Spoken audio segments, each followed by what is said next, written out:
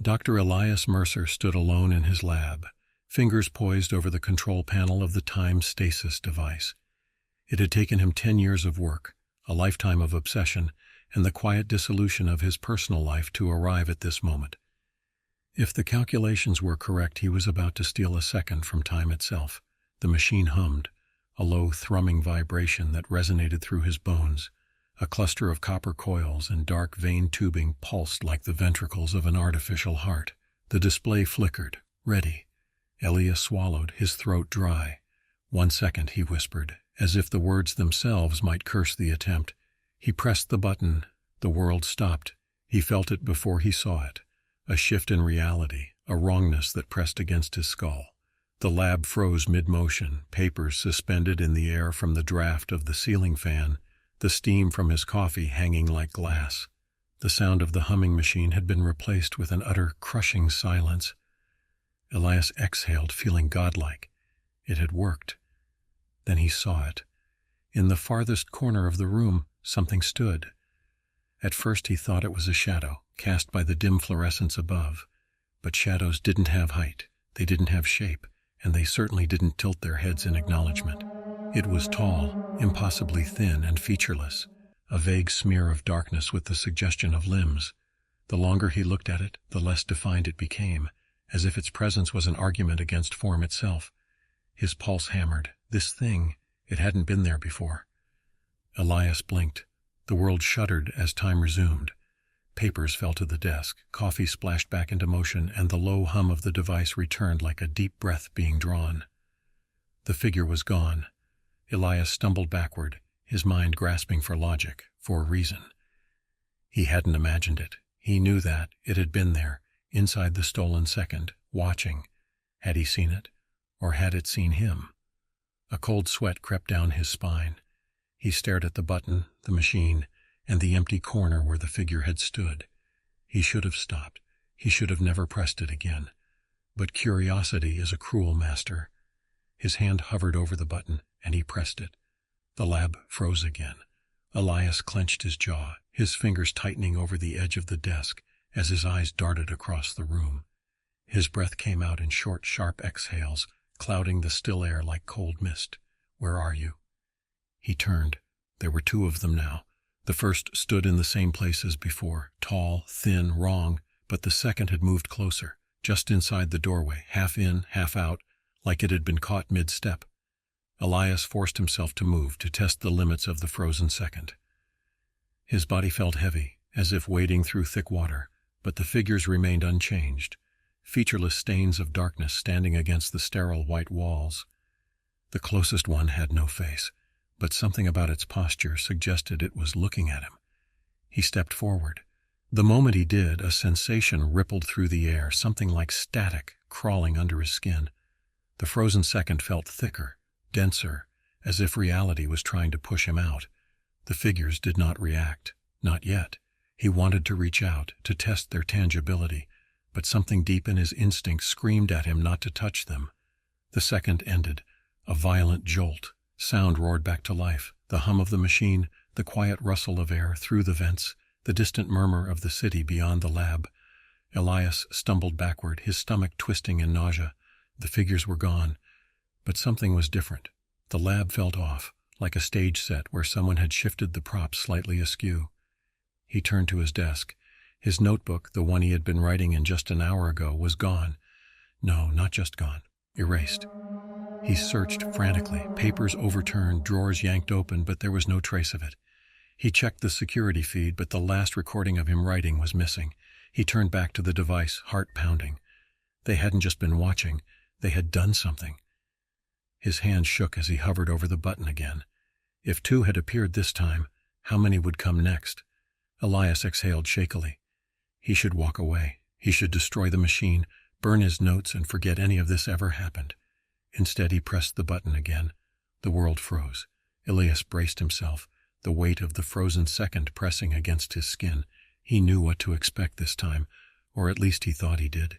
He was wrong. There were more of them, not 2, 5. They stood in different spots around the lab, their thin, distorted shapes blurring at the edges, like figures seen through fogged glass. Silent, still, waiting. One loomed near the whiteboard, where his equations sprawled in hasty scrawls. Another stood just inside the storage room, half concealed by the doorframe. One was behind him, too close. Elias's breath hitched as he turned slowly, feeling like a man checking over his shoulder in a pitch-black hallway.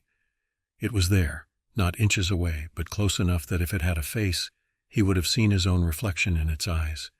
But there were no eyes, just an empty, wavering void where a head should be. A terrible thought formed in his mind. What if they can only move when I'm not looking? His muscles locked, his heartbeat pounded in his throat. He needed to test it. With excruciating slowness, Elias blinked. It moved. A flicker, a fraction of motion, but it was enough. The figure was closer. Panic flared through him, but he forced himself to remain still, his breath trembling in his chest. He could feel the thickened air around him, the frozen seconds stretching on like a waking nightmare. He blinked again, even closer. It was playing with him, testing boundaries, learning. A low vibration thrummed through the stillness, like the universe itself was straining against the theft of time. The figures stood rigid, but he could feel them observing, absorbing, understanding. The second ended. A violent lurch. The world snapped back into motion, the hum of the machine, the faint, distant honk of a car, the rustling of his breath in the quiet room. They were gone. But something had changed. Elias's eyes darted across the lab, the whiteboard. His equations, his years of work, had been altered. Not erased, but subtly shifted, as if someone or something had corrected them. The coffee mug on his desk was upside down. A chair was slightly pulled out, though he hadn't touched it. He stumbled backward, his vision swimming. They weren't just watching, they were interacting. Elias's hands trembled as he wiped sweat from his forehead. They were testing him, piece by piece. But what terrified him most, he was testing them back. And he couldn't stop. He sat down, staring at the machine. His hand hovered over the button, and he pressed it again. The world stopped. Elias barely breathed, standing rigid in the artificial stillness. The sensation of being watched had become suffocating, pressing against his skin like a too-heavy atmosphere.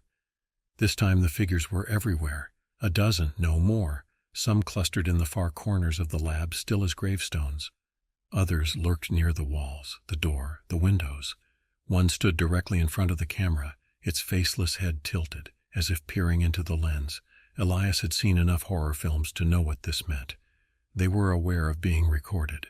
A cold sweat slicked his back. His original plan had been to capture footage, to prove he wasn't losing his mind. He had set up a live feed, hoping to see what the frozen world looked like when he wasn't inside it. But now a more dreadful thought clawed its way into his mind. Had they always known? Had they always been watching? His breath stilled in his chest as he turned his gaze toward the window. A figure stood outside. His lab was on the 5th floor. Elias's legs threatened to buckle. The figure shouldn't be able to stand there. No ledge, no balcony, just open air. But it wasn't standing. It was pressed against the glass. Its elongated limbs flattened grotesquely, as if its body was less solid, more fluid, something that could fold and stretch beyond the logic of bone and muscle. Its faceless head was angled toward him, its shape bulging and distorting, pressing deeper into the pain like it was trying to force its way through. Elias stumbled back, his breath catching in his throat. That was when he noticed the biggest change. The figures no longer stood still, they were moving. It was subtle at first, a slow tilt of a head, the twitch of an elongated limb, but there was no doubt. They were shifting, creeping closer, his stomach clenched. The rules were changing. How long before they could move freely, before they weren't bound to the frozen second at all? The edges of the air around him seemed to vibrate, the frozen world becoming thicker, slower, harder to breathe in. They're reacting to me. His heartbeat pounded like a hammer. He had to get out. With a shaking hand, Elias slammed the override switch. Time lurched back into motion. He staggered, the sudden force of reality crashing over him. The figures were gone, no shadows in the corners, no stretching limbs against the window, but the feed was still running. Elias turned toward the monitor, dread creeping into his bones. He pressed play. The footage showed him pressing the button, stepping into the frozen second. Everything unfolding exactly as he remembered. But then he saw them move. The figures didn't just shift, they flickered. 1 second at the far end of the room, the next inches behind him. Inches. His body turned to stone. He hadn't felt it. He hadn't seen it. But in the recorded second, they had reached for him. His stomach twisted into a knot of ice. They were learning, and next time they wouldn't just reach. Next time they would take. Elias didn't sleep that night. He sat in the dim glow of his monitor, replaying the footage over and over, dissecting every frozen frame. He counted how many there were each time he paused time. He watched how they moved when he wasn't looking. And then he saw the mistake. His breath hitched. At the end of the last experiment, when time resumed, the figures vanished as usual. But something was wrong. One of them didn't leave. Elias rewound the footage, frame by frame. At the exact moment time restarted, the shadows in the room recoiled, pulling back into whatever unknowable void they came from, except for one.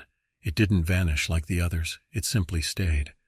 A knot of ice twisted in Elias's stomach. He turned his head slowly, afraid of what he might see. The lab looked normal, nothing out of place, but his skin felt wrong, like something heavy and unseen pressed against him. His gaze swept the room. No shadows, no figures, no warped, inhuman shapes standing in the corners. Then why did it feel like he wasn't alone? He rose from his chair, his breath coming out in shallow gasps. He grabbed a wrench from his toolbox, gripping it tightly as he stepped forward. The air changed. It wasn't a sound, it was an absence of one, like stepping into the eye of a storm, a vacuum, a place where sound should exist but didn't. Something was here, something had stayed.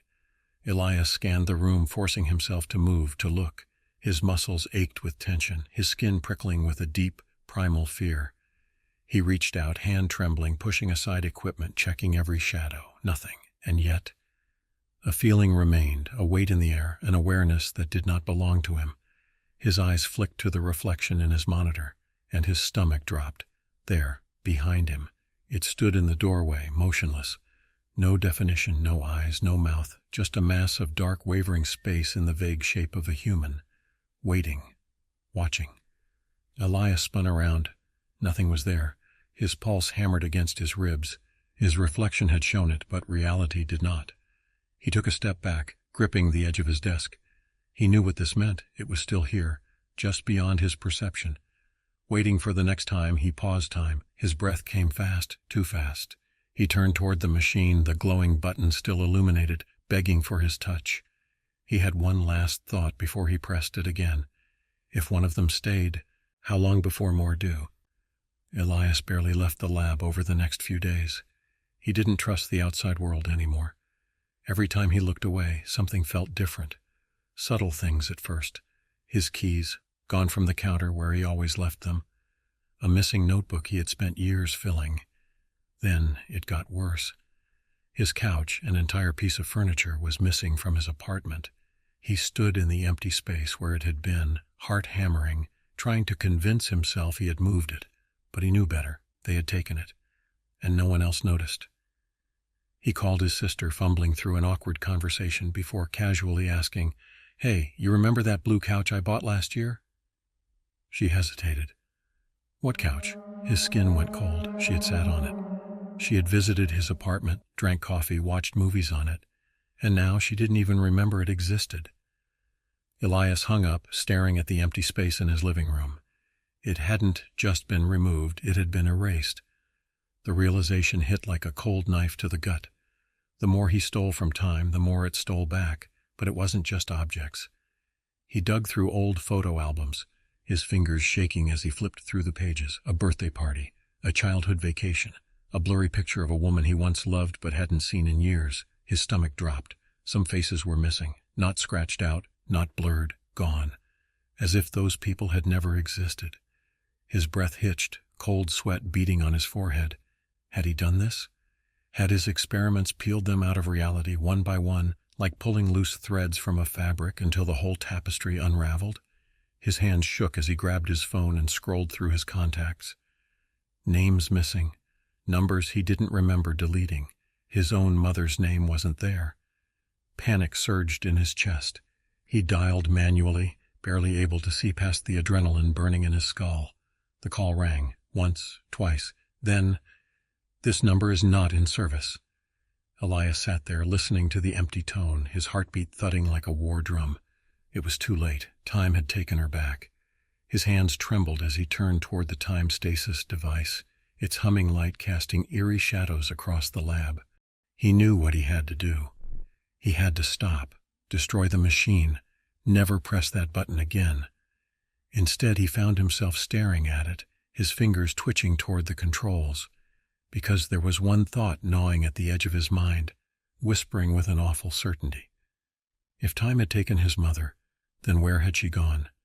And the only way to find out was to steal another second. Elias pressed the button. The world froze. His skin burned with tension.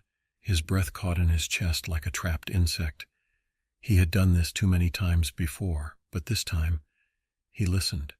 A mistake.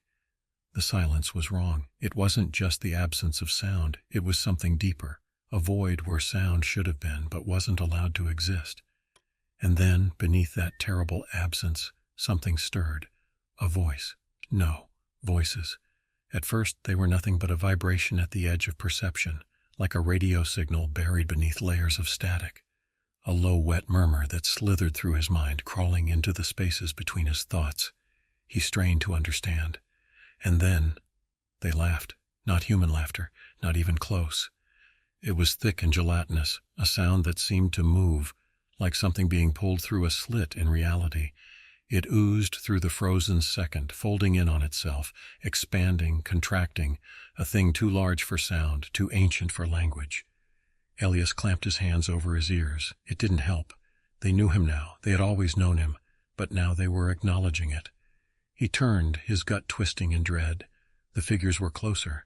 Their forms had changed, no longer just shadows, but things trying to be human. Their limbs bent at wrong angles, their heads bulged, as if the suggestion of a skull strained against the formlessness beneath. One reached toward him. The moment its elongated fingers broke the stillness, a new voice cut through the others, a wet, slithering whisper that coiled around his bones. "Come." Elias staggered back, his lungs burning. The figure's arm stretched too far, a sinewy black tendril rippling beneath a thin veneer of flesh. A hand, not a hand, reached for him, its fingers splitting at the tips like unraveling rope. And for the first time, Elias saw something beyond them, a gap in the frozen world, a crack in the stillness just behind the figures, something deep and endless, something reaching back. He saw eyes, not two, not dozens, hundreds, some large, some small, some stretching open in jagged sideways slits, all of them fixed on him. They had been waiting, not for his machine, for him. The laughter deepened, echoing through the walls of reality, rattling the air like brittle glass. They were hungry, they were patient, and Elias had brought himself to them. He lunged for the switch, forcing time forward. The world snapped back. The voices cut off, the figures were gone. The lab was silent again, but Elias knew something had changed. He had gone too deep. And the next time he pressed that button, they wouldn't just whisper, they would take him. Elias didn't touch the time stasis device again, but it didn't matter. Reality was already breaking apart. The news report started 2 days later. People were disappearing. Not just vanishing without a trace, but vanishing from time itself. A woman on a subway platform, gone between one step and the next, her motion cut off like a skipped frame. A child at a playground, his mother turning her head for a moment, then looking back to see an empty swing. Gone, not kidnapped, not lost, just removed. Elias sat in his apartment, staring at the screen, his fingers twitching. He scrolled through the footage. Security cameras caught glitches in reality. A businessman in a crowded lobby, his phone in hand, looking up. And then he wasn't there anymore. A jogger on a street corner, one foot lifted to take a step, and gone mid-motion. Elias felt sick. It was spreading. He had done this. He checked his apartment for signs of change. More things were missing. His bookshelves had gaps where there shouldn't be. His fridge contained food he didn't remember buying. And his phone contacts? Even worse, names had vanished. He couldn't remember who was missing, only that there had been someone there before. Elias's head pounded. His fingers hovered over the machine again. One more time. Not out of curiosity anymore. This time he needed answers. What had he torn open? Where had they gone? He grabbed the portable control unit, tucking it into his pocket. For the first time he was going to step outside into the frozen second, see what the world looked like when time wasn't moving. His hands trembled as he pressed the button. The world froze. Elias walked outside, and everything was wrong. The people, the frozen, paused bodies of pedestrians, were all slightly off. Their expressions strained like they were invisible strings holding them in place. Their eyes were too wide, their lips slightly parted as if trying to scream. But the worst part was the sky. It was empty, not cloudy, not dark, just blank, as if something had stolen it. Something above him moved. He looked up, and he saw them, dozens, hundreds, the figures looming in the sky, hanging, watching, waiting. They were outside of time now, and they outnumbered the living. Elias stood in the frozen city, staring at the sky that wasn't a sky anymore. They were everywhere. The figures hung above him, a sea of unmoving shadows, their bodies suspended in the blank expanse. Some were small, almost human-sized. Others were impossibly vast, stretching across the sky like fractures in reality, their edges flickering like torn film reels. They had never been confined to his lab. They had always been here, waiting for someone to see them. His breath came in ragged gasps, the frozen second pressing against his chest like the weight of an ocean. The air was too thick. His skin burned from the pressure of being somewhere he was never meant to be. He turned, forcing his feet forward. The city was lifeless, its people frozen mid-step, mid-motion, trapped in a world that wasn't theirs anymore. He moved between them, the portable control unit gripped tight in his hand. He knew what he needed to do. One final test. He adjusted the machine's settings, pushing past the safety limits. A full minute. If he was going to understand this, to see the truth, he needed more time. His thumb hovered over the button. He exhaled, and he pressed it. The shift was instant and violent. A deep vibration ripped through the air, the thickened silence stretching like something on the verge of breaking. Elias stumbled, the pressure in his skull mounting to an unbearable peak. And then they moved. Not just the ones in the sky, all of them. The figures inside the city, the ones that had always been watching, always waiting. They weren't frozen anymore. They were approaching. Every street, every alley, everywhere he turned. Closer. The people around him, the frozen civilians, remained still, unaware of what was happening. But the figures were coming. Their shapes stretched, bending like liquid shadows, their featureless heads tilting as if acknowledging him for the first time. Elias's pulse slammed against his ribs. He turned and ran. The movement was slow, like wading through tar, but he forced himself forward, darting between the motionless people, their stillness now feeling more unnatural than ever. He reached the intersection, and then he saw what was really happening. The edges of the city were fading. Buildings dissolved into nothing, streets unraveling into empty space, like an old photograph burning at the edges. The frozen people nearest the void began to disappear. Not in an instant, but in a way that made Elias's skin crawl, as if something was eating them, digesting them out of time. His breath hitched. This was never about watching. They were consuming, and now they had fully stepped into his world. A full minute was too long. Elias slammed the control unit, forcing time back into motion. The world restarted. The city roared to life, the sounds of engines, distant sirens, the hum of life resuming as if nothing had happened. Elias gasped, falling to his knees. He turned toward the sky, the stars were gone, and in the depths of his soul he knew they weren't going back this time. They were here now, and they were staying. Elias stumbled back into his lab, his vision swimming, his breath ragged. The stars were gone. The city was moving again, people going about their lives, unaware that something had changed, that something had come through. He collapsed into his chair, hands shaking as he gripped the edge of the desk. He had reset time, forced it back into place. But the figures, they hadn't left. A deep, awful stillness settled over him, something in his mind unspooling, fraying like an unraveling thread. He reached for his phone, desperate to call someone, anyone. His contacts were empty. His fingers froze. No names, no numbers, not even his own. Dread crawled up his spine. He opened his email. His messages, nothing. His hands trembled as he reached for his ID badge on the desk, his last tether to the world. His name wasn't on it. The plastic rectangle was blank, as if he had never existed. He stood too fast, knocking over a stack of papers. They weren't his. The notes weren't his handwriting, the equations weren't his. He turned to the lab's security feed. He had to see himself. He scrubbed back through the footage. It showed the lab, the machine, the empty chair where he should have been sitting. His stomach dropped. He hadn't just reset time. He had been erased from it. A sound creaked behind him, slow, deliberate, a door opening. Elias turned. The lab door was ajar. Someone stood there, a figure. Not the formless things he had seen in the frozen second. This was worse. It was him. A perfect copy, standing in the doorway, staring back with his own eyes. Elias couldn't breathe. The copy smiled, a faint hollow motion. Then it turned and walked away, slipping into the world as if it had always belonged, as if it had always been him. Elias reached for the door, his fingers brushing against the frame, but something stopped him. A barrier. The hallway beyond shimmered like a mirage. The edges of reality were slipping past him, the world moving forward without him. He wasn't part of it anymore. He had stolen a second from time, and time had stolen him back. The light in the lab flickered. The hum of the machine faded. And then, Elias Mercer was gone. Hey guys, if you like my videos, please like and subscribe to my channel. I would really appreciate it. Thanks.